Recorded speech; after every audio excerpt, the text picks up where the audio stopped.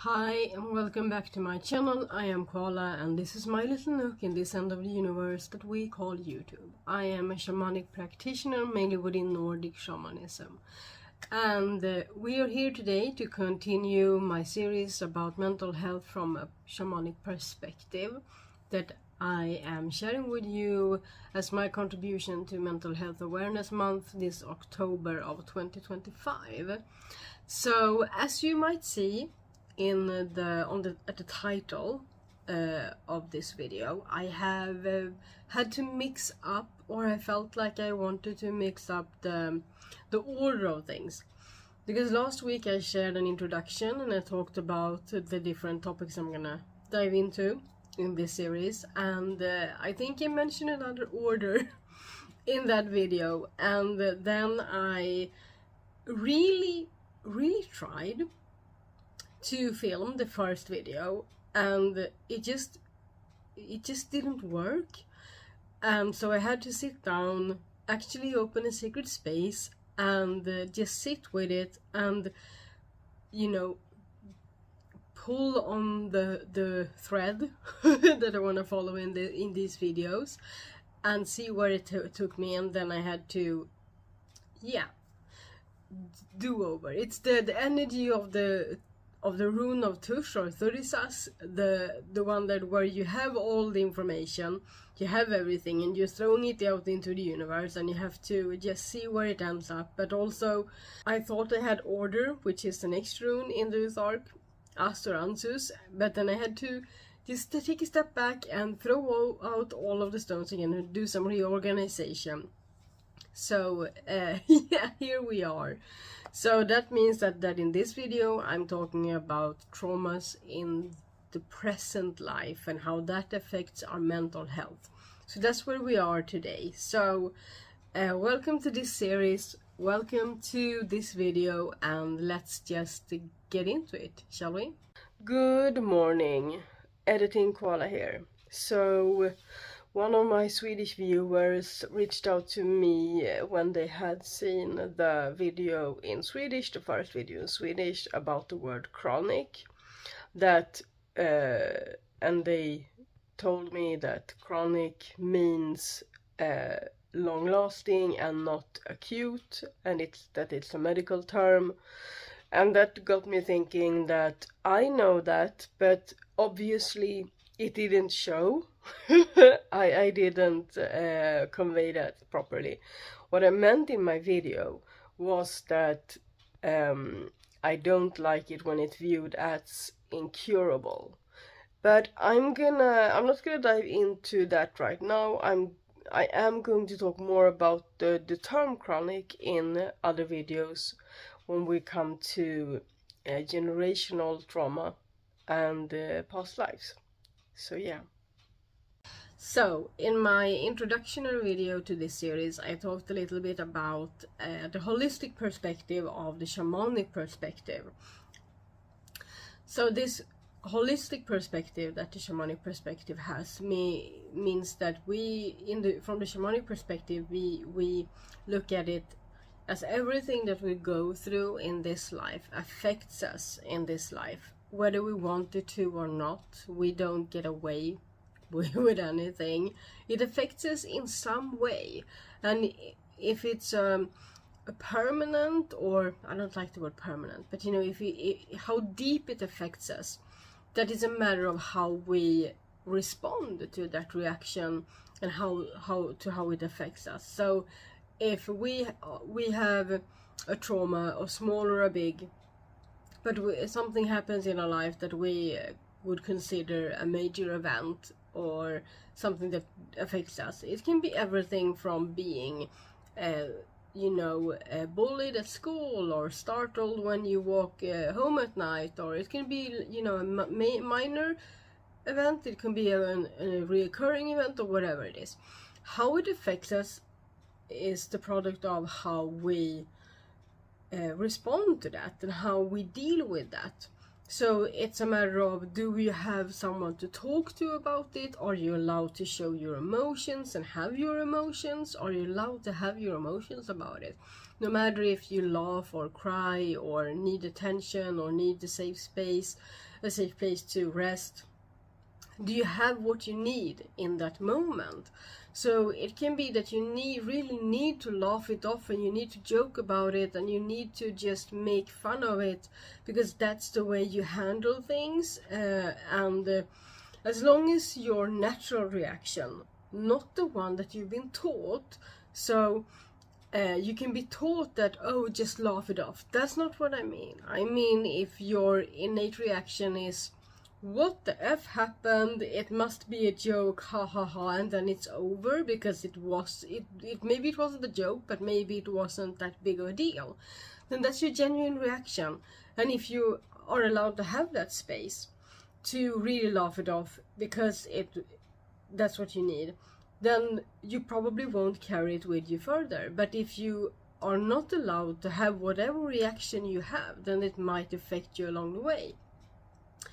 And we are affected from the moment we are born.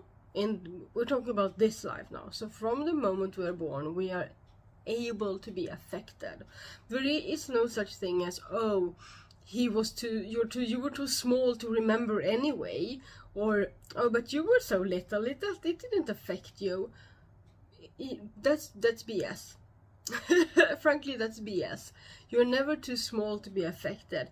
How you are affected depends on the support you have. So when you are really little, it depends on if you have the safety and the security to be held in that moment, and if you don't. So everything is about how much space and how do you have everything you need in the moment when you are going through something. So when we go through a trauma early in life, it can shatter us. It can split our soul and our spirit into different pieces. We can lose parts of ourselves depending on if we have everything that we need, our basic needs. So from the beginning, when we are really, really small, when we come out of the womb, we are in need of intimacy, of closeness to the parent that gave birth to us. We have these physical needs of intimacy and security. And if we are deprived of those, then that affects us. And if the first trauma we can experience is not having our needs met when we are that small. So when we are really, really small and we need that intimacy and security and that closeness to whatever parent we have that we are in need of, if we don't get that, that affects us tremendously.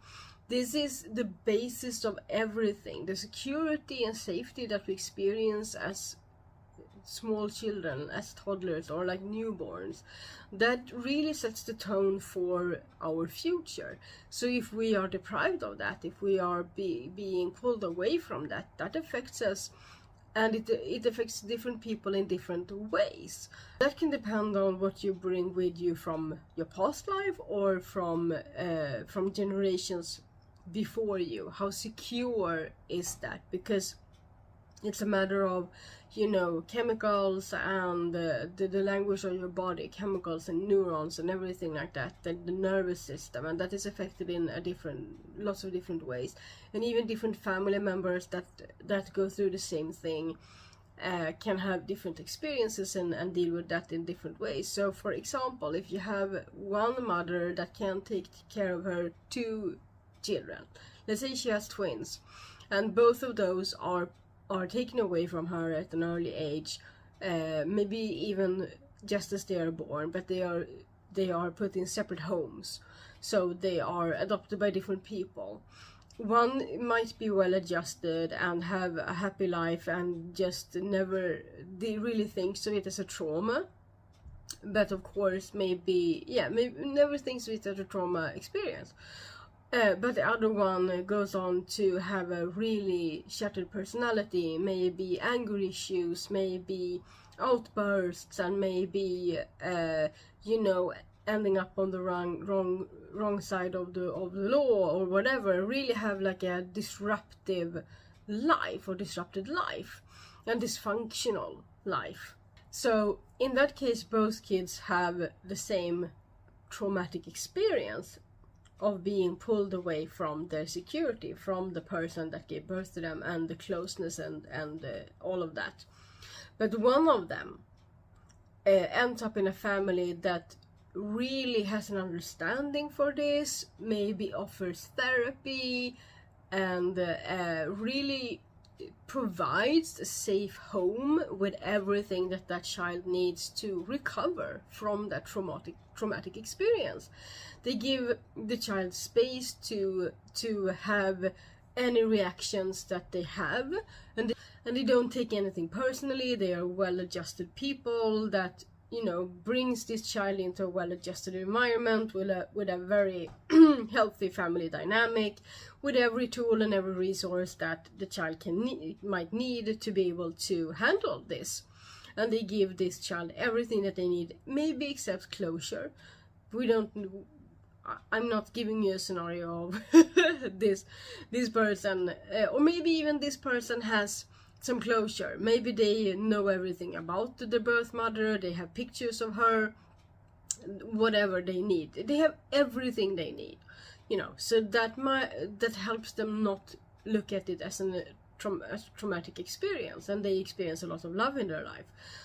And the other child ends up in a family with a dysfunctional family dynamic, with people that don't know how to hold space for them, or hold them when they cry, or just don't really know how to deal with anything that pops up, and maybe don't have the resources to help that child, even if they would have wanted to. Maybe they do want to, but they don't know how. So they are in and of themselves a really unhealthy family when it comes to mental health.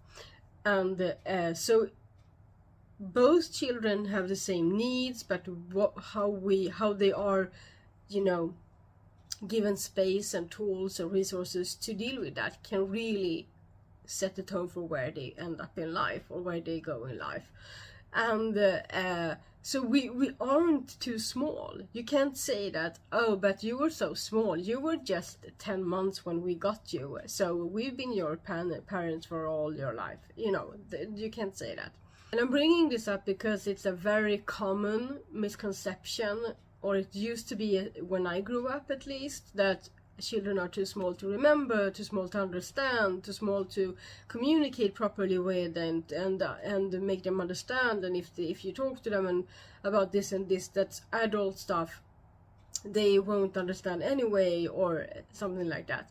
So and that's not the approach that I would keep.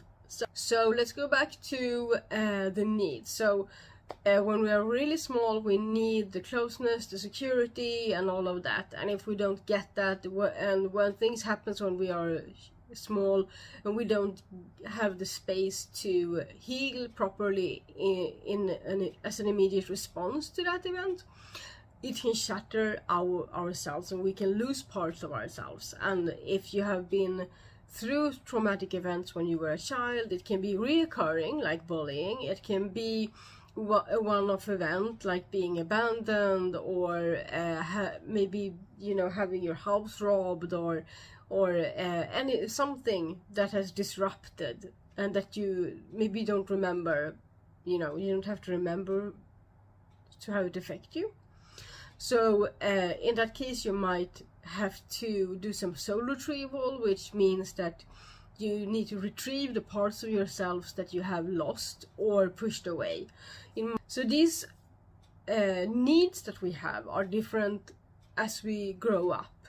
So when we are small, we are in need of closeness, security, love, food, heat, warmth, a roof over our heads, and you know, just safety. And one thing that we can't really go through without having it affect us at all is abandonment. And there are different types of abandonment. So we can be physically abandoned, like someone leaves us, or we are being ripped away from someone.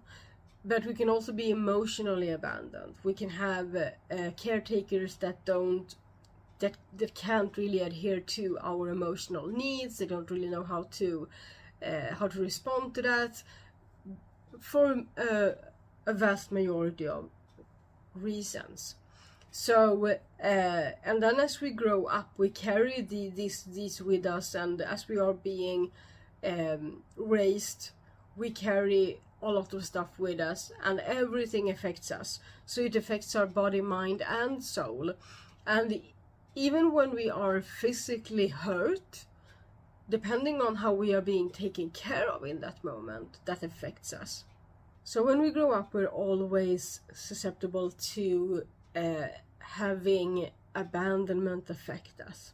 And then as we grow older, we are in need of the freedom to explore and have a safe space to come home to.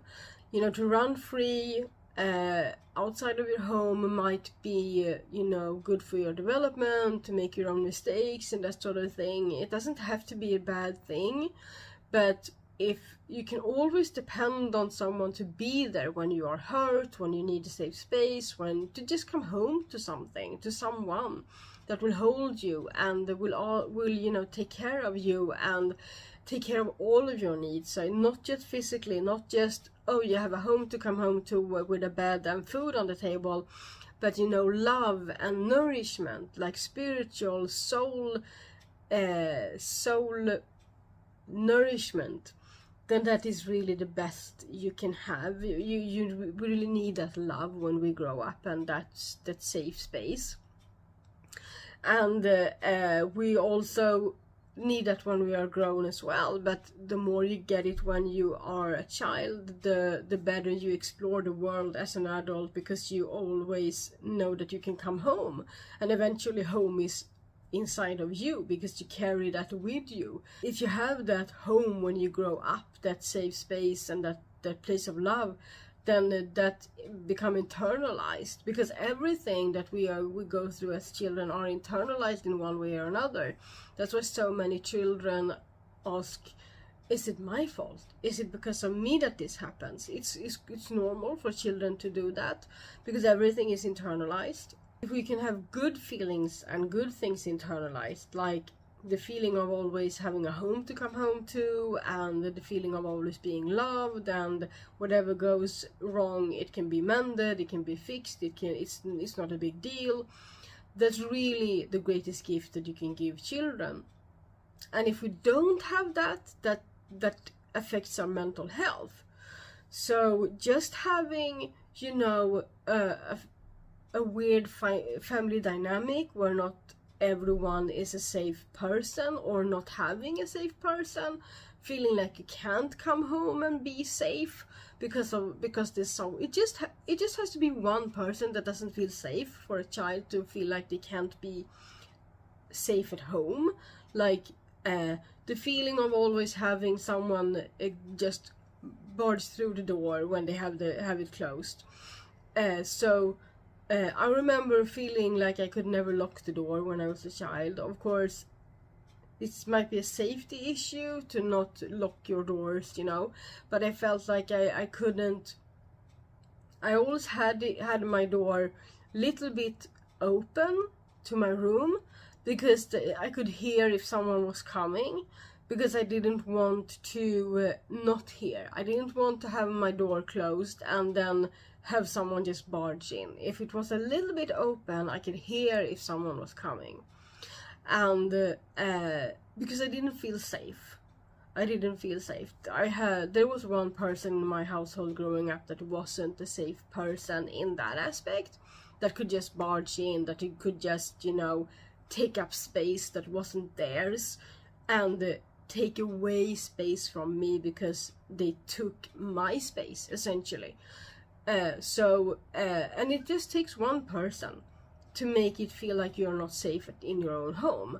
And feeling unsafe doesn't have to mean that you feel like someone's gonna hurt you, or someone's gonna do something to you, or something like that. It can mean that you don't feel like you can relax and be home and just yeah, just be home and relax and sleep without a worry.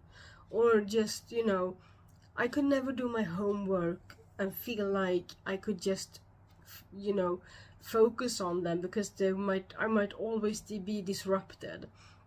I could never really focus on something. From a certain age, I couldn't really focus on anything without maybe this person was going to enter my space. So I always had one ear open, you know, and I never fully relaxed. And that's all it took for me to feel unsafe in my home, because feeling unsafe is an emotion, and it's a place of being, to always be walking on eggshells, or, you know, tipping on your toes, we say in Sweden, to not disrupt anything. That's all it takes. So that's like one end of the spectrum. And then it could also be that you really feel like you can't do certain things without being hurt in any way, physically, mentally, you know, emotionally. Like if you have parents that are you know, alcoholics, or have anger issues, or whatever. It's like a spectrum, you know. So, and everything affects us. That's my point. And so it might start with just not feeling safe in your own home, and always having like one ear open and one ear to the door to see, is someone coming, what's happening, how are everyone, is it safe, is it calm, are they calm, can I calm down, and always being like having your nerves like up here. To affect our mental health in the long run. It can make us anxious and worried, and it can really, you know, yeah, it can really affect us more than we think. So as we grow older, we really need to have had a healthy family dynamic, and safe relationships and healthy relationships, to be able to build those for ourselves going forward in our life. And so our childhood affects how we build relationships with other people. It can be, you know, partners, lovers, friends, even the rest of our family. That is affected. So having a rough childhood in any way, and having role models that aren't healthy, or aren't safe, or aren't good role models, that might not really know how to have healthy relationships, or to function in different ways, that affects us. And it affects how we view the world, how we go about things, and how we keep our relationships, and how we function in society and with other people. And as they say in psychology, it's not a disorder until it's disordering to your life and to your everyday life. And so from a shamanic perspective, we look at it as if something is really disruptive, if you are in pain from it, or if you suffer in any way, in any aspect of your life. It doesn't have to be, we don't look at it as like, can you go to work 8 to 5, can you pick your kids up, and can you do this, and are you like functional with your routines and that sort of thing. It's more like, how do you feel about this aspect of your life? Do you think it works? And how are your relationships? How are your how are you in every aspect of your life? And if something feels a bit off, then it might be worth looking into and seeing, you know, where did it start, when did it start, what's the origin of this, and then move forward from that to be able to heal that. Traumas affects us. Everything we go through in life affects us, and then if we consider it a traumatic event or not, I think that would depend on how much space we have to handle it in a good way, as I had told you in the beginning of this video. So for one person, one thing might not have been disruptive or traumatic at all, and for another person it might have been because the response to it and the support surrounding that event wasn't the same for both people. So one person might have felt, well, I had everything. They might not even, you know, consider the fact that they had everything they needed. They just feel like, well, that was just something that happened, it didn't affect me, I left it behind me, it's all good. And then someone else comes around with the same story, and the third person like, but you just have to, you know, just put it behind you, don't talk about it, it's all right. And they don't understand that this second person didn't have the support to heal from it right when it happened. So everything affects us, and if it affects us differently, and there's so many variables in the mix, and safe adults are one of the key things as we grow up.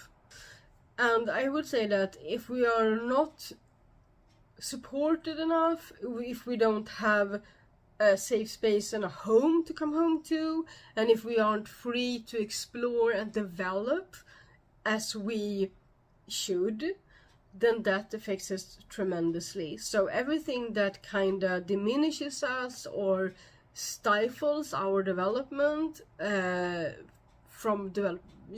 stifle us from developing naturally, everything like that affects us a lot. And different people can be affected in different ways. We can be affected in that we suppress everything, and we keep it inside, and it's buried. And for other people, they might have a personality or other traits that makes it so that they are really disruptive outwardly, and they have everything. In Sweden we say like they have the nerves outside of their skin, like you can barely touch them, and they're like you know, so the effect is visible outwardly. And they different, you know, some people might just keep everything inside, and they are really, really not healthy inside, but they think they are because they buried it so deeply. And then there are some people that could really that really handles it outwardly with maybe alcohol or drugs or other things, and it's all dependent on what I'm going to talk about in my next couple of videos, one being generational trauma and generational stuff, how that affects us. Because that can be the difference between how I react to a situation, how you react to a situation. So what can all of this give us? It can give us worry and anxiety. It can give us blockages in our entire energy body. So it can, you know, put heavy energy in our heart, or blockages in our heart, or in our stomach, and in our throat, and in our head, like third eye, and, you know, wherever it can, you know, yeah, it can build blockages and hinder the flow of energy in the body, and the, you know, between the body and the mind, so that we don't really heal properly. And that's the way to go when we're gonna heal this. So everything affects us, mentally as well as physically. Pain, to not be able to feel it, not get the space to feel it, to sit with it. When we have to push it down, or any emotions that comes up, and the reaction other people have to our emotions, and how much space we get to really explore them and express them. And then we are affected by what we inherit from our parents, which I'm going to talk about in my next video about generations. So how previous generations affects us can affect how we respond to things that happen to us, and how we handle that. And it also gives us strengths and weaknesses. And I'm not talking about like weaknesses as being a weak person or a strong person and that sort of thing. I mean, like, do we have weaknesses? Yeah, I'm gonna talk more about that in my next video. what I mean with that. So can we heal all of this? Yes, we can. We can heal all of this. So I'm gonna end this video talking a little bit about how to heal all of this. So when it comes to things that affects us in this life, and there are a couple of different approaches, but I would say that it's a lot about healing your inner child. So going inside and healing your inner child, supporting your inner child as the adult that you are, and being the safe person for your inner child can really heal a lot of things. That's one of the key things of healing, and that's one of the things I've done most for myself. It's also called reparenting, to be your own parent when your own parents were lacking in different areas, or completely. It's different from person to person, but reparenting, healing your inner child. And then I talked about your energy body and different blockages in your energy body in different places. And so the approach there would be doing shamanic healing with being open to anything that we need to do, or I need to do if I want to heal myself. So if I were to heal myself if I found a blockage, or I knew I had something between my heart and my throat, for example, I would open up that blockage, and then I would take care of whatever came up. And if that is a memory from early childhood, then I go into healing my inner child. And if it's something newer, maybe it has to do with a relationship now, then I would meet myself there. So opening up or releasing blockages, and then meeting yourself on the level that you need to be met and handle that. And as a shamanic practitioner, I help people with that. I help people and I meet them where they need to be met to be able to heal whatever needs to be healed. And I'm going to mention in this video that if you want help to heal your inner child, if you want to have tools and methods to heal your inner child, I will hold a workshop in English eventually. I will probably hold this workshop a couple of times later this year. I'm going to hold it in Swedish in December, but in English I haven't decided if it's going to be November or December or both, because I haven't really figured out what time of the day is best for this. Because a workshop, you can't just watch the recording afterwards, you need to be present, and I need to help you. And during this workshop I only have space for 3 people to join at the same time, and we go through 2 different methods of this. One is going from the inside out, and one is from the outside in. So we deal with 2 different situations or blockages, you can say, to heal your inner child. And if you feel called to learn more about that and try that with me, then keep a lookout on my website, dreamersone.wordpress.com. Link is in the description, but also keep a lookout on my Patreon, because it's on my Patreon that you will be able to purchase that a spot on that ceremony. And there will only be 3 spots for each of those. It's a ceremony, heal your inner child ceremony with a workshop element to it. So keep a lookout for that on my Patreon and on my website. And if you see it on my website, then then there will be a link to my Patreon where you can purchase a spot on that ceremony. You don't have to join my Patreon and become a paying member to be able to purchase that. You're supposed to be able to just buy a spot on that ceremony there. And then that will take place via video call, and it will be a ceremony with a workshop element. So the point of that is that you'll gain tools to be able to do it yourself afterwards, if you want to. But one key element of healing your inner child is to be able to support yourself, or having support with dealing with the aftermath of it. Because I don't really like leaving people without support, because anything can come up. So I talk more about this, and I teach more about how to give yourself that kind of support in the workshop in the ceremony. When it comes to shamanic healing, that is also something that I'm going to offer eventually, so keep a lookout for that as well on my Patreon and on my website. And eventually I'm gonna share a video on here as well, talking a little bit about my shamanic healing. So that's the end of this video, and in my next video I'm gonna go into generational trauma, generational curses and that sort of thing. We're gonna talk about that aspect of mental health. And as you've noticed so far, I don't really talk about like different disorders and stuff like that. I have mentioned shattering your soul and personality, and that is the shamanic perspective. It can be called so many different things in psychology and psychotherapy, and it can be different diagnoses, but we really don't view it from that aspect. That's not the aspect I'm gonna talk about it from.